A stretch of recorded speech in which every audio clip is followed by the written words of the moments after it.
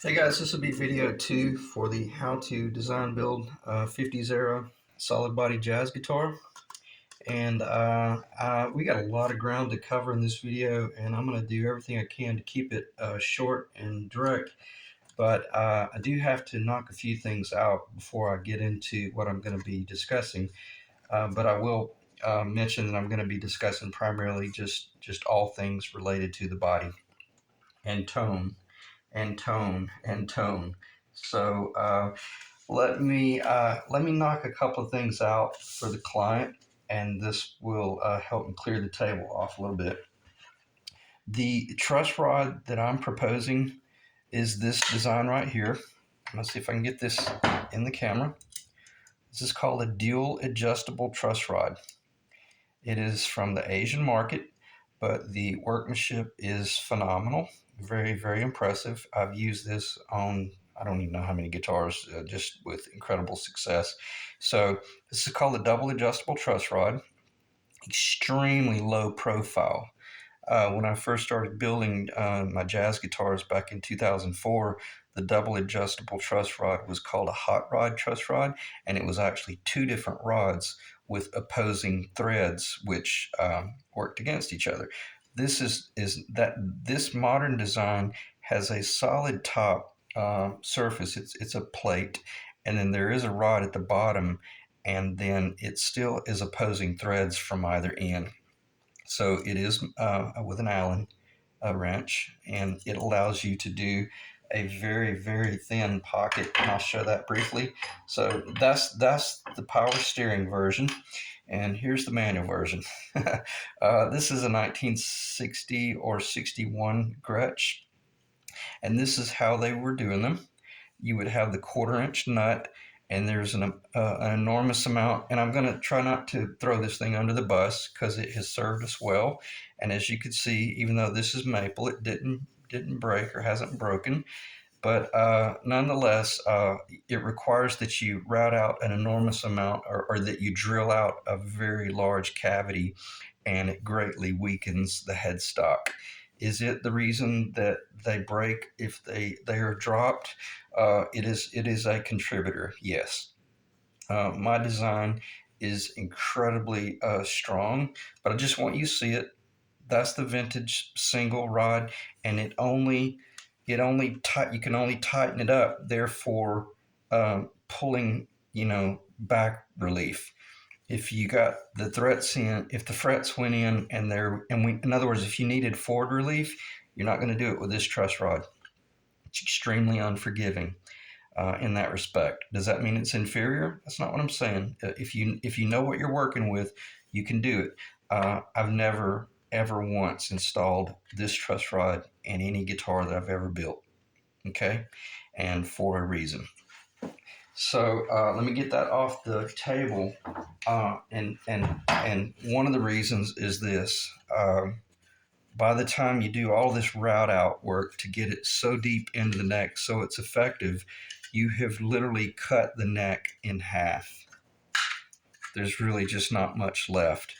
And for it to be called a one-piece neck or a two-piece neck or a three-piece neck, well, whatever you want to call it to start with. If it starts out one piece, it always ends up being a two-piece neck, and it basically ends up being hollow all the way down the middle. So I don't like them. They're extremely I think they're inferior only because they're not as functional. But before I forget, I will show what it looks like from a standpoint of once it's finished and in the guitar. To me, this is incredibly. Make sure I'm in the video. I'm going to do the best I can. Let me just reach over here and grab a truss rod. Oh, I have the authentic. Let me see if I can find the authentic. Bear with me for a second while I get my hands on this.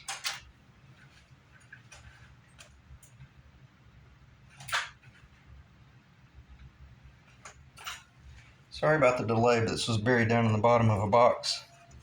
Okay, by the time you get the cover on, then that's what you see. But the cool thing about what what is under there, I did not have to do any of this oval work. I did that primarily just because I thought it was attractive, and it also proves that this is not an authentic Gibson guitar. It proves this is a replica. It proved, and therefore no one could ever be taken advantage of. But I could have very well have just left this channel just very narrow, just enough for this truss rod to have been accessible with the Allen head wrench, and it would have left an enormous amount of material up in the headstock, which contributes to better tone and better strength. So, if that I say if that should certainly answer your question, and the follow up to that would be, what would I rather build? As I've always built in the past, this is a far better design. This is much what I would prefer to build. But if we need to go the other route, then I will. So, we'll talk about that later on. But because I want to focus on the body in this design, and even though I've got parts that'll be coming in next week, I can always pick that item up later.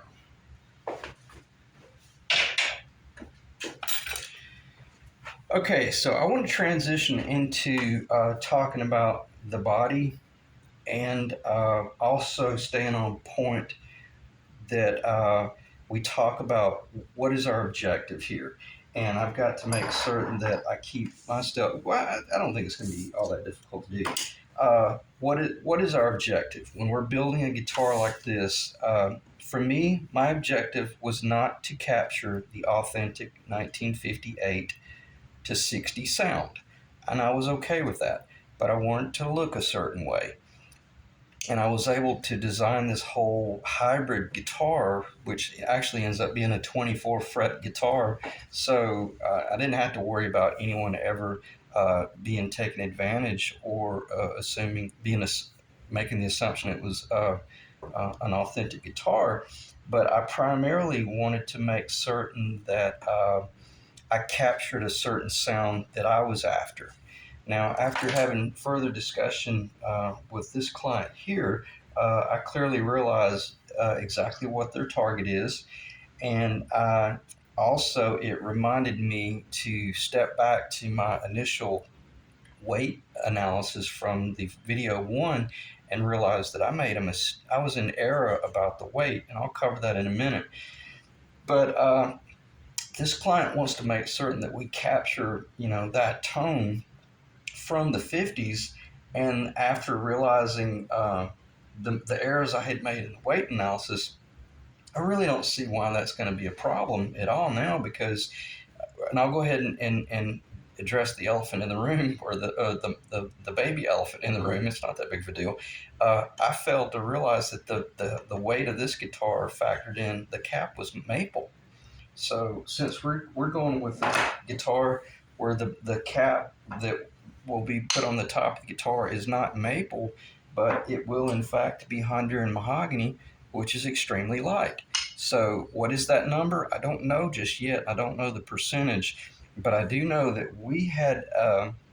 I analyzed this guitar with a chambered body at 7.4 rough pound. We'll say 7.5 pounds. I'm sorry, 8.5 pounds, 8.4 something old pound, with everything, even the paint on it. So if we've got an 8.5 pound guitar, even though it's chambered, but it has all this maple on it, if we exchanged the maple and went with a mahogany top, that weight is going to drop considerably. So we're probably looking at if this guitar remained chambered, it's probably going to be under 8 pounds chambered, which we don't want. We want to do away with all of that. Well, it's custom. It's my guitar. It's the target tone I wanted was a deep, throaty, growling, Gretsch-esque type sound. That's not what this guitar is going to be.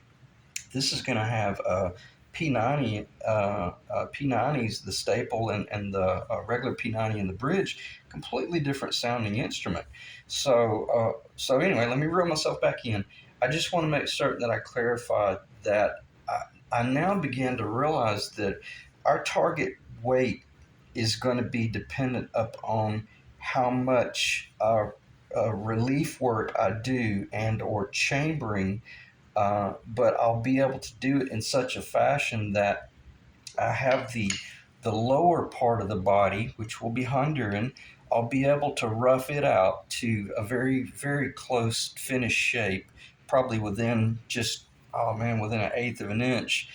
And then I'll even be able to rough out the top within an eighth of an inch, and we'll be able to weigh those two components and then compare it to this guitar or all these component weights, and we will be able to uh, pretty much, you pick the weight you want. You want it to be 8 pounds?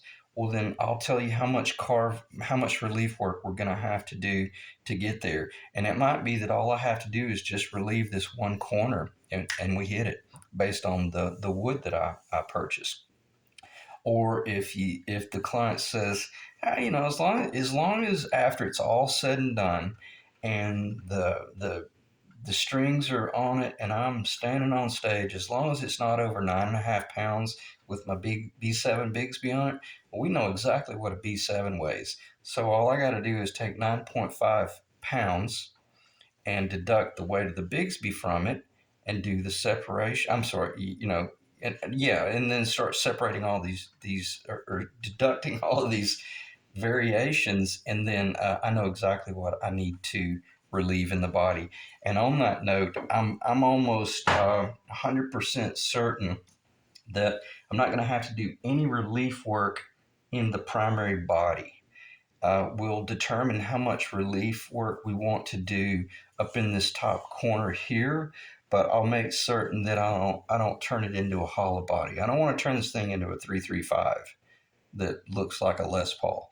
We want to make certain that if we're right at that threshold of, if I route ever so slightly more or ever so slightly deeper, we're going to start turning into a Gretsch, then I'll let the client determine, nope, that's okay. I'm fine with 9.33 pounds rather than 9.0 exactly, if that makes any sense. So, are we going to be able to achieve a 7.5 pound guitar if you want it, but it's going to be at the expense of it sounding like a 1950s guitar? I know that our that's not our objective. As long as we're in the 8 to 9 pound range, I think we're going to be pretty happy. Again, this guitar is 8.5 pounds with out a Bigsby on it, but if I put the Bigsby on it, I would be deducting this weight here and these anchors. So I say all that to introduce the fact that when I play this guitar dry and it's on my strap, I can stand there all night long and play that guitar, and it's not painful at all. To me, a Les Paul under 8 pounds is weird, and it's what I mentioned by my penguin over there. It's just simply too light. It's not a penguin. It looks like a penguin, but it's not a penguin. It's a hollow body, parallel braced, hand carved arch top jazz guitar. It's on a small scale. So reeling myself back in, I just want to let the client know what the truss rod options are, the fact that we're going to be able to hit our target weights with ease, and probably just very minimal relief work on the body. So let me check the time. We are at, it's weird, the letters are white. All right, we're at about 14 minutes. I'm going to try to keep this video around the 30-minute range, 35-minute range tops, but even though I'm trying to keep these videos under control, this video is pretty critical that I cover some really extreme details about craftsmanship. So if you don't have an ice pack in the freezer, you might want to put one in there, because you're going to be numb when I finish up talking about some of the tools and what it takes to pull this off. But for the client, I just want to make certain that I covered those two bases right there about target weight, target tone, and appearance. So we'll be able to hit all three. And I think everyone's going to be extremely happy, and it's going to be an incredible guitar. All right, and what is this guitar that we're building? We're building a 1954 to 55 all Honduran Mahogany uh, Les Paul replica. We'll be using Stuart McDonald templates, so it'll be based on, I think it would be Dan Erlewine's original 59 that the templates were derived from, but I don't know for certain. But nonetheless, all of our carving, everything will be spot on. All right, so what do I want to talk about now? How do you build a guitar? Uh, if you don't have the templates, then you're working primarily from either a buddy's guitar that you've traced, or either you've just designed it yourself, or possibly you've slipped into somewhere where you shouldn't have with a piece of cardboard paper, and if you made it out the front door unscathed, then you got your tracing. But I don't recommend doing that. Um, I, I do recommend starting with paper though, and I'll talk about this stuff in a brief moment. I keep holding on to it like I'm going to forget, but I don't see how I could because it's all this stuff is on the table. So how do you build a guitar body? You have a lower, and then you have the cap. We know that, so that's behind us. We we now have to make certain that we've got our build sheet where we've made a list of everything that is that we've got to address, whether it be a P90 equipped guitar, or is it going to have the traditional type pickups? You can't have both. You got to make a decision. So this is where this client came right out of the gate. He knew exactly what he wanted, and that was awesome for me because I realized I really wasn't doing any design work with this guitar. I just had to make certain that I hit a certain target, and I could pretty much hit it blindfolded.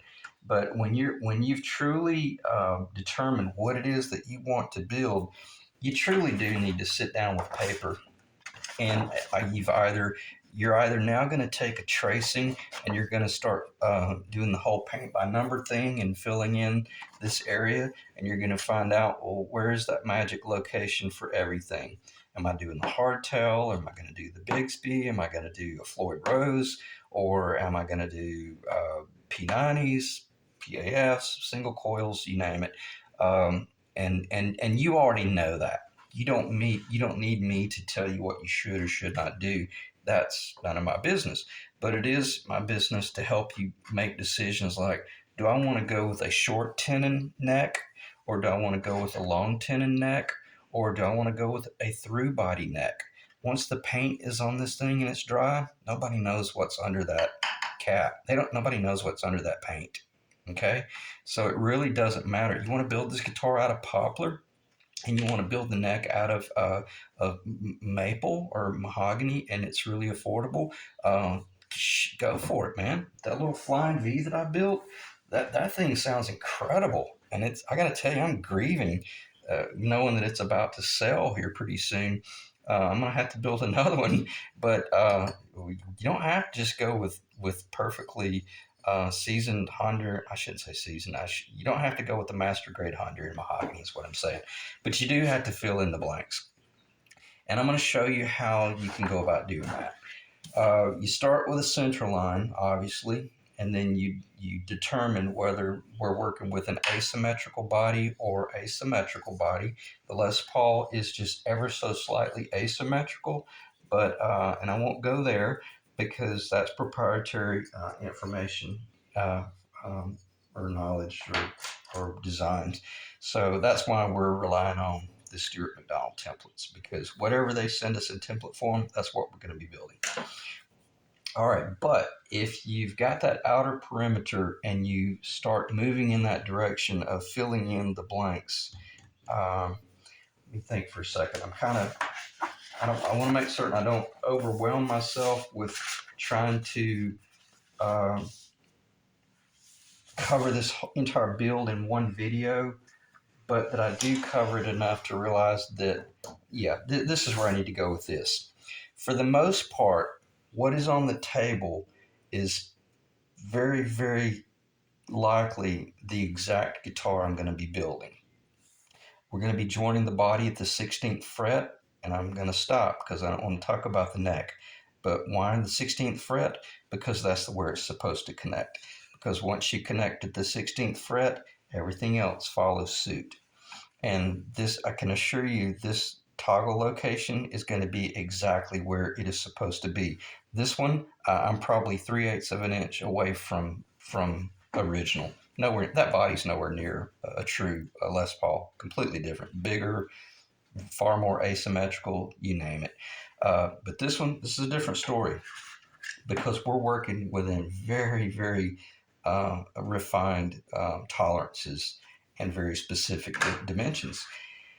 So that's going to define where the bridge goes. The location, even the pitch of the bridge. Since we're going with like an ABR1, the true authentic historic. This is a Tone Pros, which I'm running on my 6120 conversion. And I'll just hit this briefly. I only took it off of the bridge, the base, and I got this marked just long enough to show you. But we all know that basically this guitar is going to have the studs that'll be in the body, identical to that. Okay, very much going to be exactly what it's going to look like. Okay, even the distance from the bottom of that little nut, I can't think what to call that. I think it's called something specific, but that's what it's going to look like. Very much classic and historical. And you'd be surprised how much engineering has to take place in order to hit that target. Not too low, not too high, because if you go 2 or 3 threads in the wrong direction or a different direction, it shows that you screwed up severely. All right, so I'm going to start talking about anything negative because we're going to keep Tony Robinson, is that his name? We're going to keep a positive attitude. We're going to build the right guitar the first time out of the gate. But it's pretty simple once you get 1 or 2 constants, and especially if you have the template pretty much does all that design work for you. But if you're filling in the parameters, just focus on the 16th fret location, the scale that you're working with, and then you're 90% there. Once you have those 2 points, we know that this neck is going to be centered based on that pivot point right there. So if our neck is, I'm just going to grab a number. Let's say we're 2 3/16 of an inch wide right here, and I would pick a difficult number to split in half. It would be 1 3/32 of an inch from the edge to the center. I make my mark. I go right down the middle of the guitar or the piece of paper. Okay. And then why? Because I don't want to start messing with this curvature down here because I start very quickly losing the authentic look. Those things are very, very critical. And even the most untrained eye could look at that and see that, oh man, you missed something. Or either you got way too deep or way too big or way too tight, way too small. So what I'm saying, you can use these little checkpoints to really kind of let the guitar almost lay out itself. And that's not like a artistic play on words. It really will. Once you have that 16th fret location and this body is a certain length, all this stuff just falls in place. And it just does. And even this, if you didn't know where to cut that location, the 16th fret, it's basically right above the 21st fret. So I'll stop talking about that type of stuff. But it's funny, you can just look at pictures and you can realize, well, every picture I've ever seen of you know what, whether it's a Rickenbacker or this, that, and the other, you can just look at pictures and realize, well, that thing is always perfectly in line with a certain fret location. So you're working off the whole XYZ axis and just visual. All right, so let me get back on point.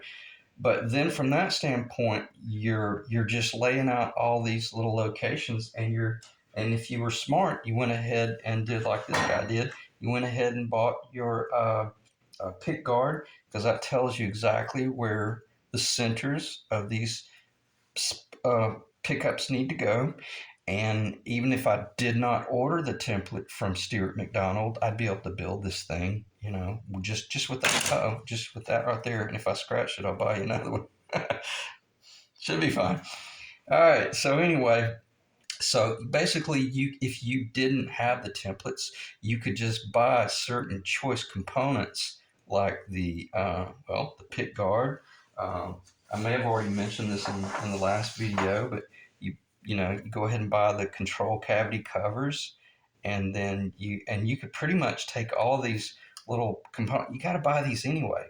And that's what I meant by maybe going to your local music store and make friends with the guy or the girl and say, look, I got to buy $400 worth of stuff anyway.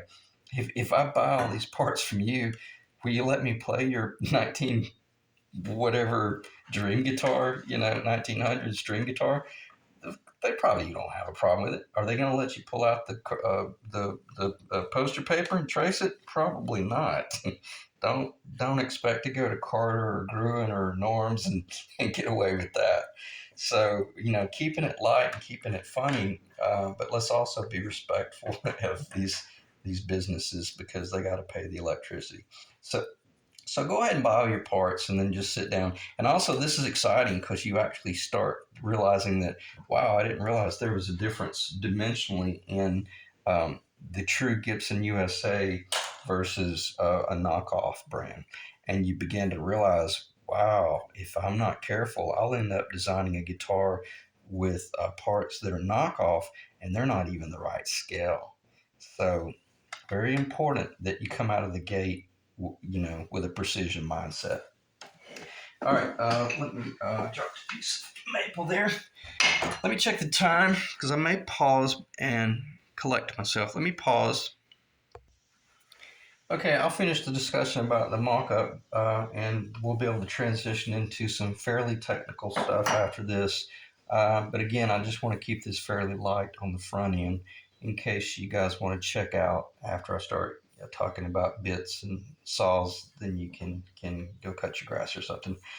I may have already mentioned it, so I apologize if I did. But basically, I think what we see in front of us is a very very close resemblance of what the guitar is going to look like because of the whole ebony fretboard, the block inlays, everything about the location, and even the fact that we're very likely going to be going with a Bigsby.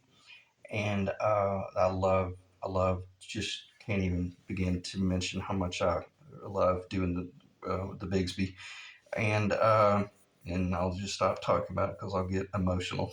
But nonetheless, and I'm hoping that we can. And this is funny. I don't think the client even knows this. I may have told him, and I may have not.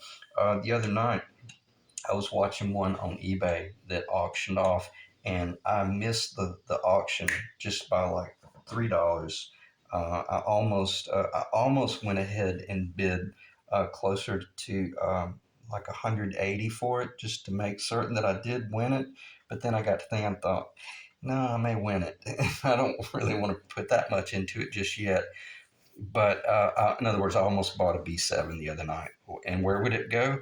Well, I would have used it to build this guitar, but it definitely will be going on this one. In other words, I'm going to be pulling the hardtail off my 59, 58 replica, and I'm converting it to a B7.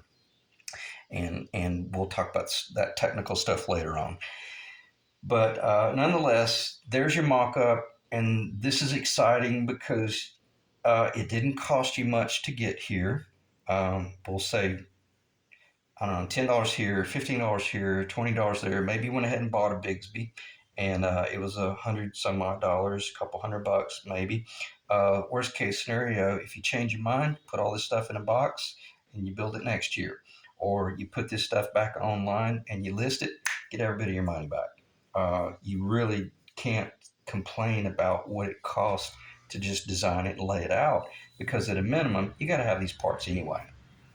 So anyway, I'm gonna stop talking about that because I don't want to waste time because a mock-up is a mock-up, which it just is what it is, and I love it because it is a truly almost fully three-dimensional, but it's at a minimum a little bit more than a two-dimensional layout of what it is that you're building. and it's very much the cheerleader that'll keep you in the game. And then when you start getting serious about it, then you start deciding, yeah, I'm gonna pull the trigger and I'm gonna do this thing right. I'm gonna go with like the StewMac templates, and I'm gonna, just um, deal with the fact that it's going to cost me a little bit more money on the front end. But at a minimum, after I finish that, I could list those templates and sell them and get my money back. So we all know about the whole resale market. What I'm going to do, I'm going to push this up to the top, and maybe it'll just stay in view. But now, obviously, this Bixby is a B6 from my uh, 6120 conversion, and this is probably a 1960s era. And for you guys that don't know, anytime you see a Bigsby with the little Allen head, I think these are Allen. Yeah, these. In other words, these pins are solid, that is a single little component where it's an Allen head, and you thread it in. If you see this Bigsby and it's a good deal, you better buy it, because that's a vintage one. And that's typically your target when you're building something like this. But plan on paying money. Okay, plan on paying money for that if it's truly authentic, because it really, guys like me, I see it immediately. It doesn't mean that they're better. It's just that there's certain little things that improve the value. All right, so let's talk about chambering and let's talk about tone. What I'm going to be talking about is the cross section of this body. If we were to cut it in half right here and we were to view in this direction. So, and I'm going to stop explaining that, because if you don't understand that, just know that we're talking about cross sections and the internal workings of how to achieve our target guitar. When you're building a 1950s era jazz guitar or small solid body guitar, if it's a Gretsch-esque design, then it's going to be heavily chambered out on the interior. I'm not building a Gretsch complement or type guitar here, so I'm not going to talk about that. And if I do, it'll only be because I'm comparing, certain tones. But our objective here is to hit the 1954 to 1955 target, and I know exactly what that guitar sounds like.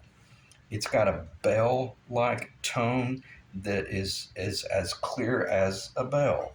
Very, very articulate, very precise, and it just is. Once you start getting into the whole world of chambering, then you start moving in the direction of a hollow body guitar, whether it's hollowed out or it's pretty much completely hollow like the big jazz guitars. So, how do we achieve two different things? A reasonably weighted guitar, 8 to 9 pounds, yet also with that classic bell-like tone. Well, we got to start with Honduran Mahogany, because it's going to be the lightest of the mahogany species. We've already covered that in the first video. They were using that wood for a reason, and it wasn't just because it might have been plentiful and the cheapest. They knew what it took to build a phenomenal guitar. So, were they doing any chambering back then? I don't believe so, because they were production minded and they were getting guitars. I'm talking about this corporation here, not to my knowledge. And that's why they were just, they were a 10-pound guitar, 9.5 to 10 pound on average. And if they were ever any lighter than that, I don't know of any stories of anyone that is aware of it. But how do you achieve that? Well, and I'm going to strip this design down now. Tell you what, let me pause the video. I'm going to clean this off because I need this template.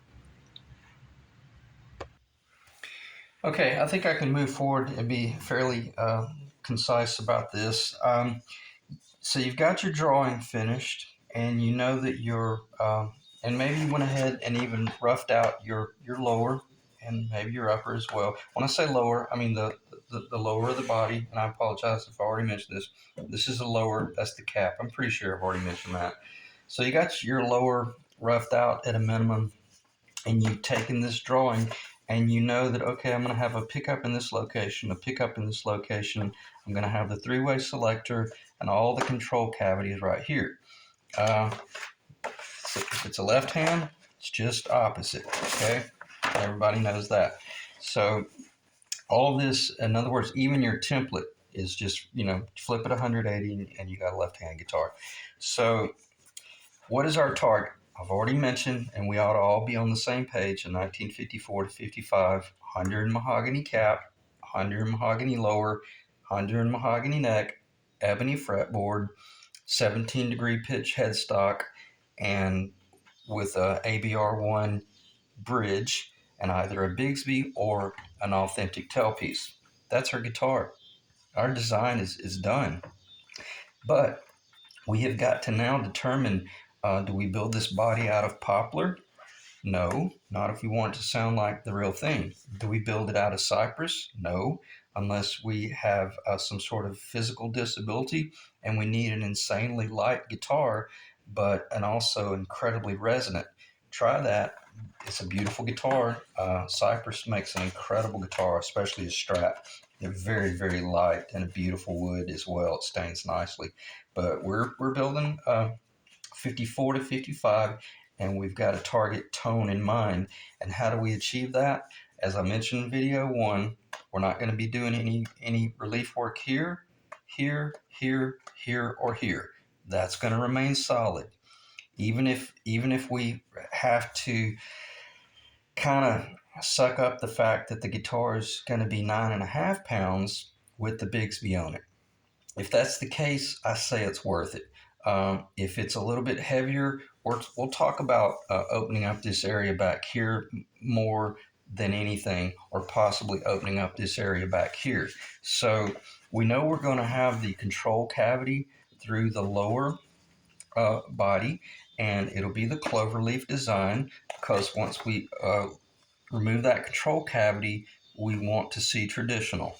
Okay, so we've pulled that off, and all that design work is done for us. We even know the location, whether we're working from a template, so the template's going to hold our hands all the way to the finish line. But we've got the choice to determine what type pickup we use, and that's what I meant by go ahead and get your I'll show this one more time in case someone's not paying attention.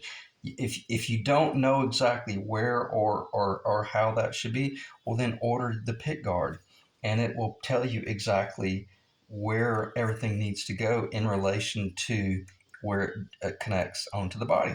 Okay, so we're getting ready to hit our target weight. And how do we go about doing that? Well, we're going to be focusing on this area up in here. And according to how the wood that we found, how light it was, I'm talking about the Honduran mahogany, lower and upper.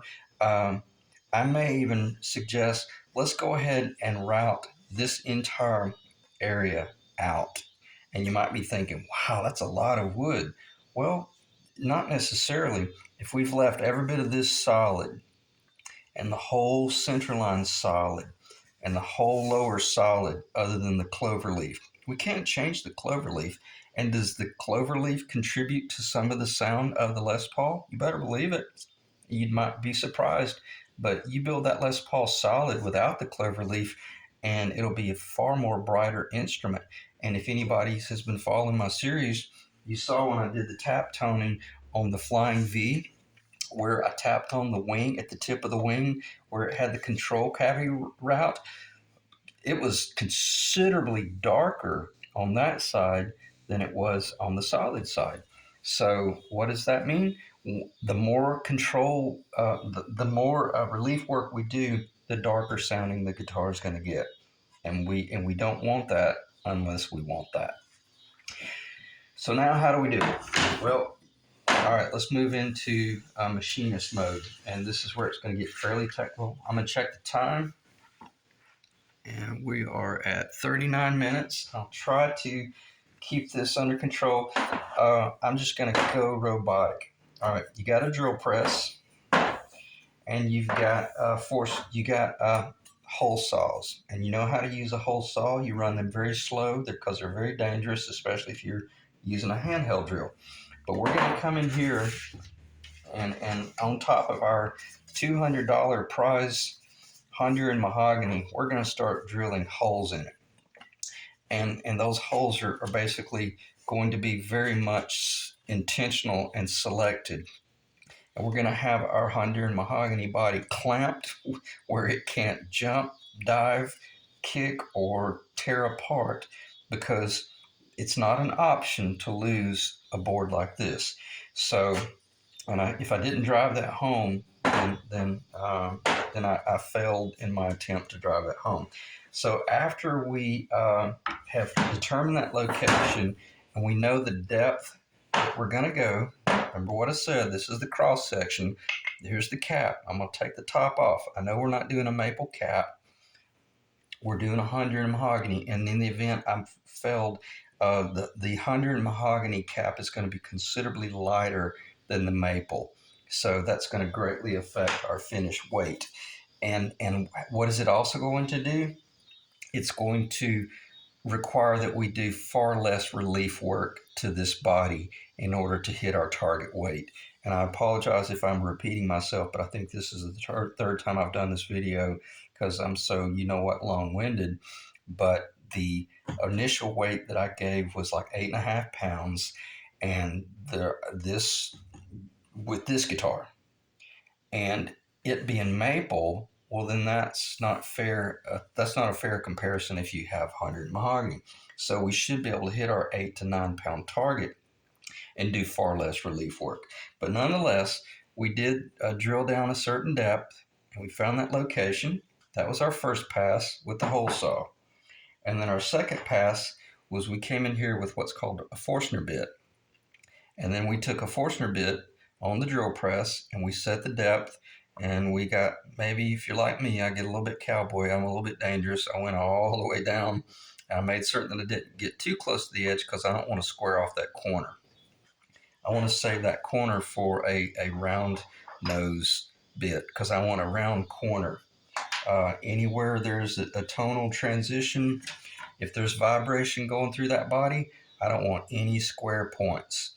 I want any sort of transfer to be going through around a curve, okay, on a vertical plane and on a horizontal plane. So that's my vertical. This is my horizontal plane, and then here's my vertical plane, where that tone is transferring from the back of the guitar up through this. I'm going to call this like internal tone bars.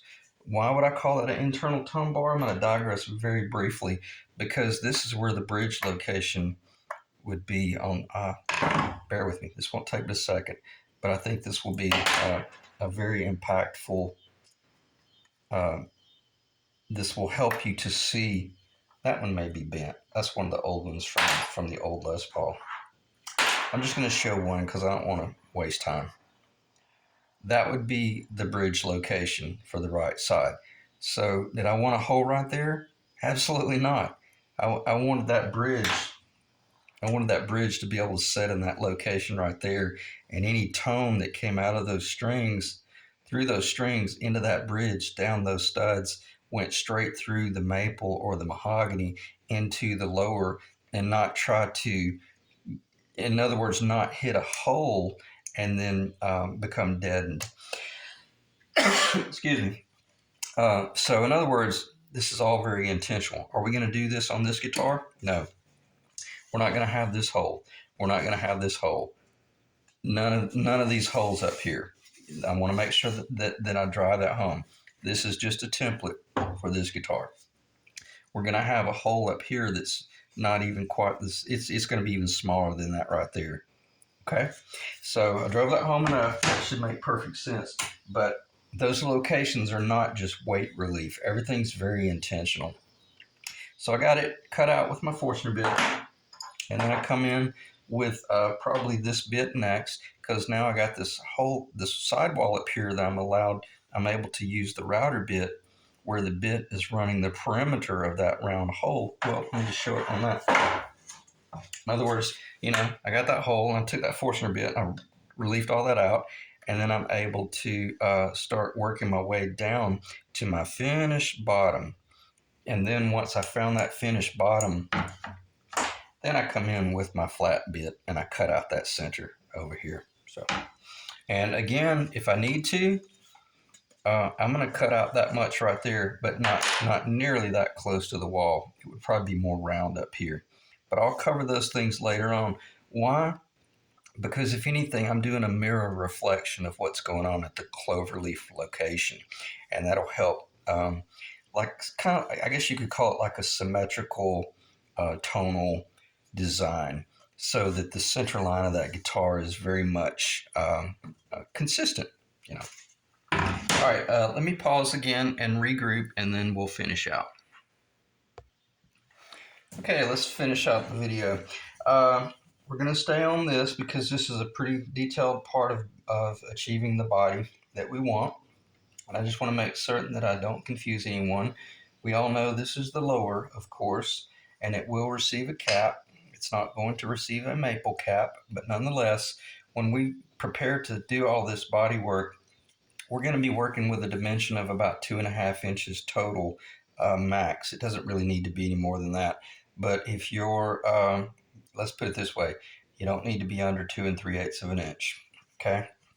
And this lower really needs to be a bare bones minimum of 1 3/4 of an inch.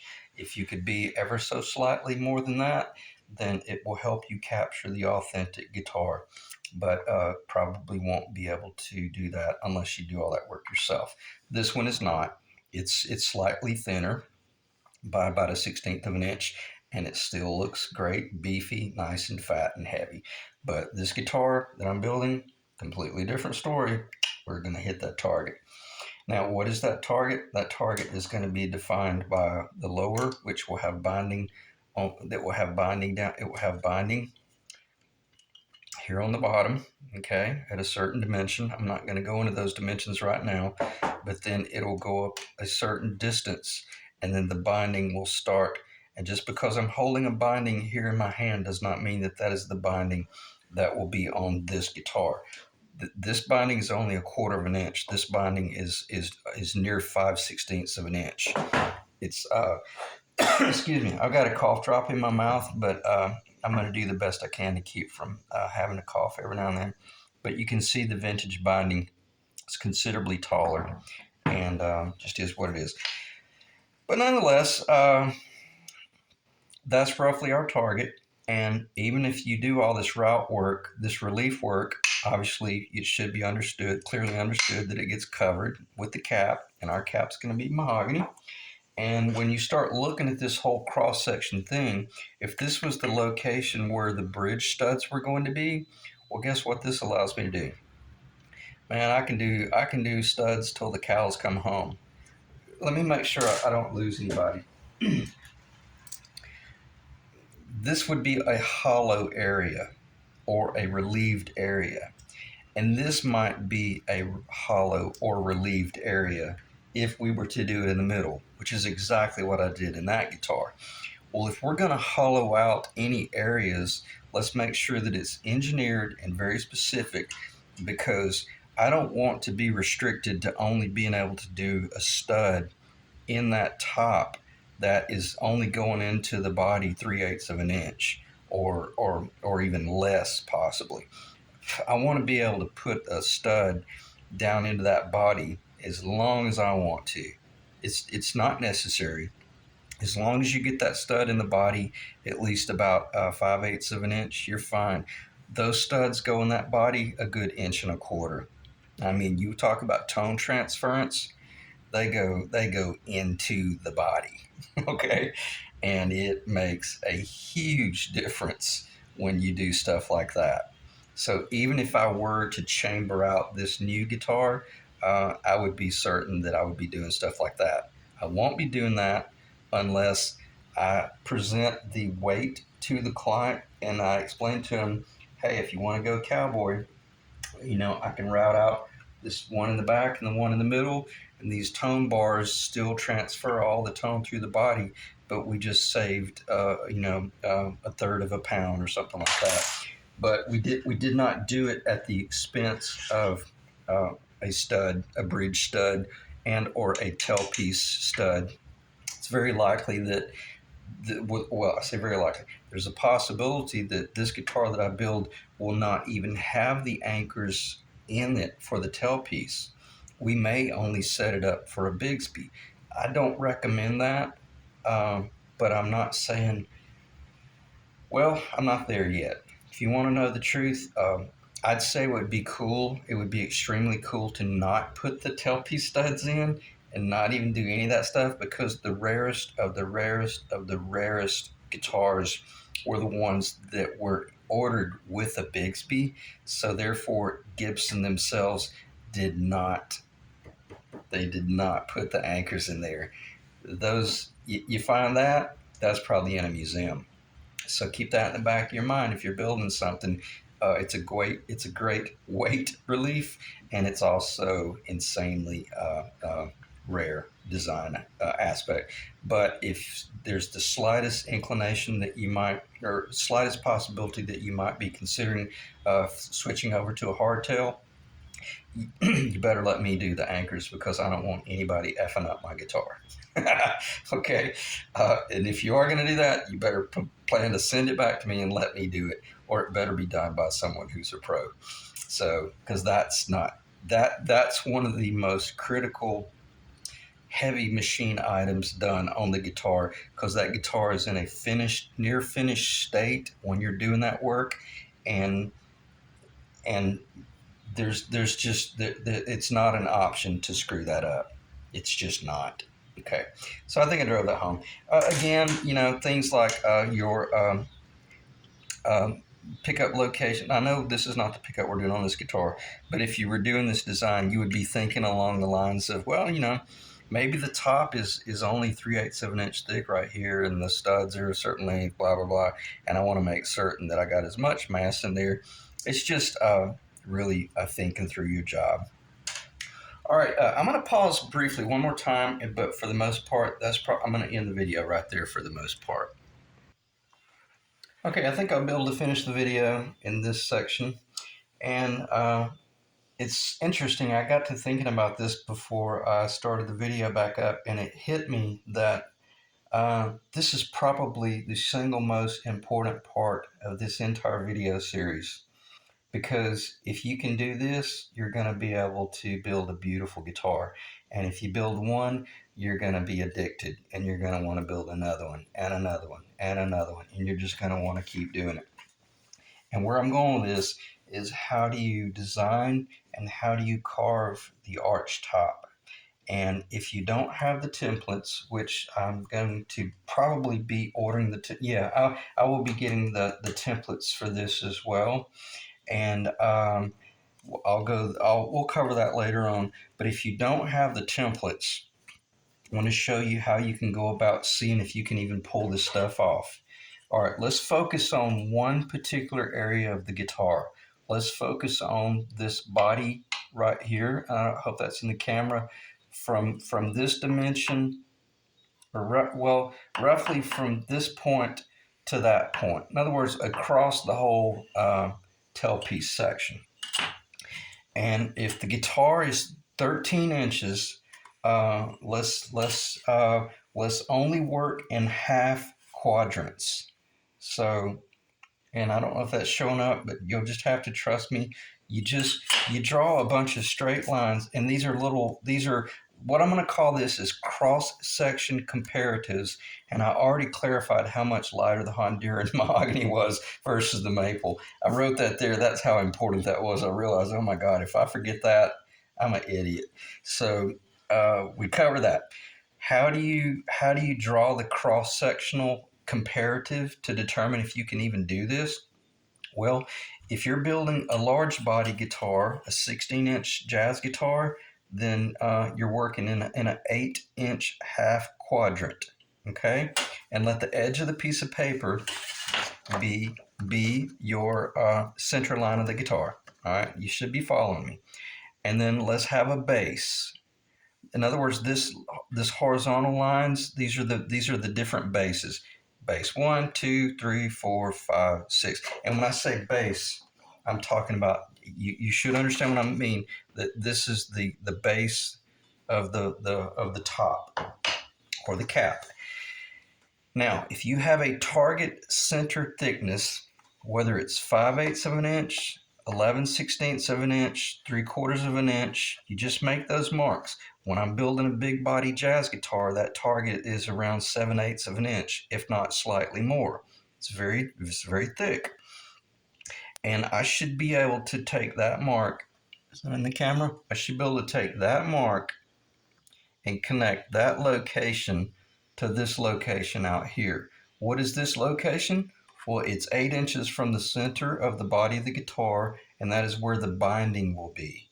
That is where that's where the top wood will end, and that's where I'm going to be cutting my recurve, whether it be by hand or whether I cowboy it with a 4-inch grinder with a 4-inch grinding disc on there, or either I'm going to use the drill press or some sort of stuff.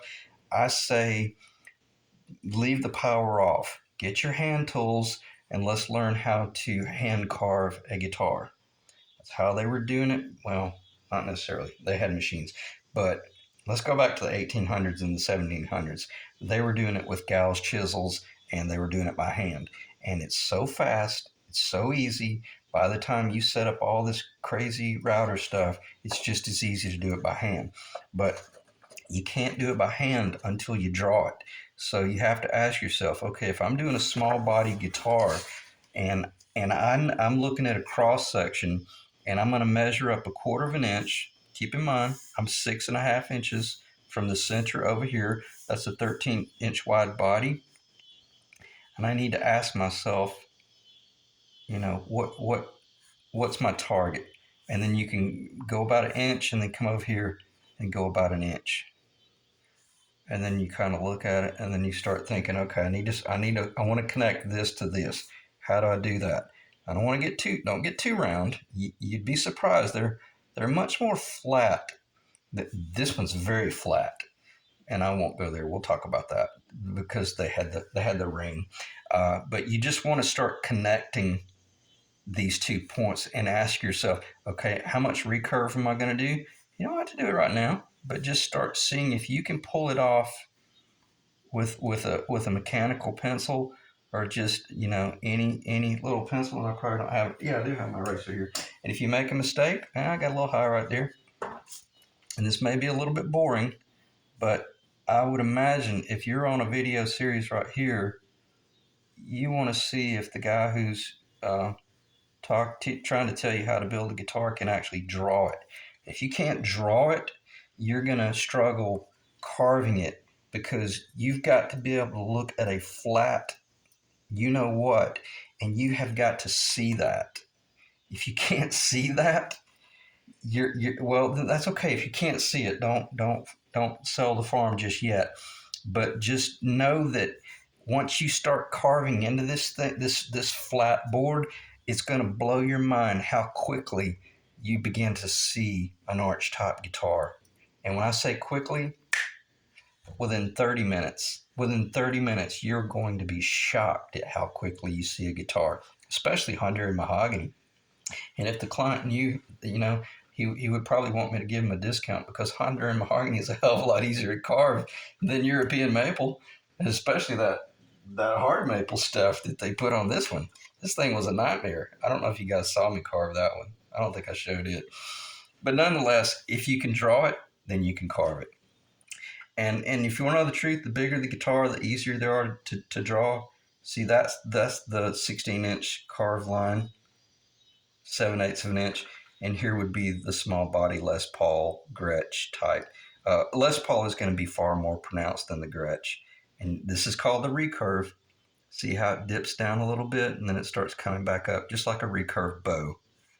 And then the bigger body, you got to be real careful. We'll cover this, but you don't want to get this too sharp.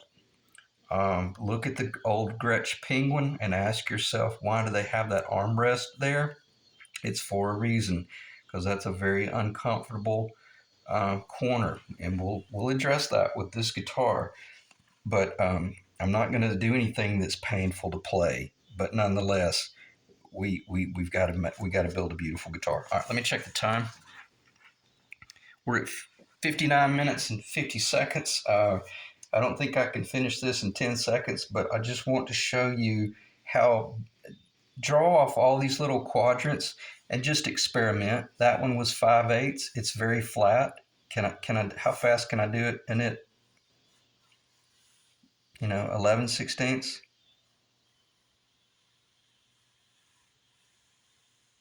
Fairly quickly. Yeah, close enough. I'm a little more. That's a little bit more of a modern Les Paul right there. But you see my point. You start experimenting, and then you ask yourself, "Oh man, that was beautiful," or "Oh, that one's too fat, too thick," and then maybe do the 3/4 one, and you'll realize that, good Lord, man, that thing's got to be super. Well, you realize, well, it's too thick, or is it too thick, or maybe you just want to cut some of that top off. Experiment on paper. If you see it on paper, guess what you can do now? I can take a pair of scissors and I can cut along that line right there. I can even cut that notch right there. And then every bit of this area up here becomes my carving template on a piece of paper. Okay? That's how you do it. It's so simple. It's right in front of you on a blank sheet of paper. So sit down at your desk with a pencil and your favorite jazz artist and just kick back and let's design and build a jazz guitar. It's very simple, and it's probably one of the most rewarding things you'll ever do, especially if you're a woodworker. I've never built a lot of furniture. I love and respect furniture builders, but you got to have a really incredible shop to build furniture. You can pretty much do this in your basement or in a small bedroom, even an apartment. It's amazing you can do all this in a small location. And again, insanely rewarding to me. Probably one of the pinnacle moments of doing woodwork for me was when I built my first jazz guitar. It was painful and it was brutal because I didn't know what I was doing and I was learning. But once I began to understand what it was I was doing, it's like I couldn't even hardly finish the one I was working on before I was already designing the next one. So again, I appreciate you guys staying in the ring, and I hope that I answered any fear based well, there's no fear. I hope I answered and covered any issues on the front end about tone, weight, um, truss rods, options, and all those things, so that we come right out of the gate and everybody's on the same page and everyone can breathe a sigh of relief that this is going to be a beautiful guitar. It's going to look incredible. It's going to look very much like it should. And not just that, it's going to be insanely resonant and sound great. So I know I'm over. I know I'm over an hour. I'm going to just stop talking. And the next video, I'll probably go into very extensive detail about the neck. But once I get the wood, we'll probably build the body first, and then we'll build the neck. So again, thanks so much, guys, for checking in. And I'll see you in the next video.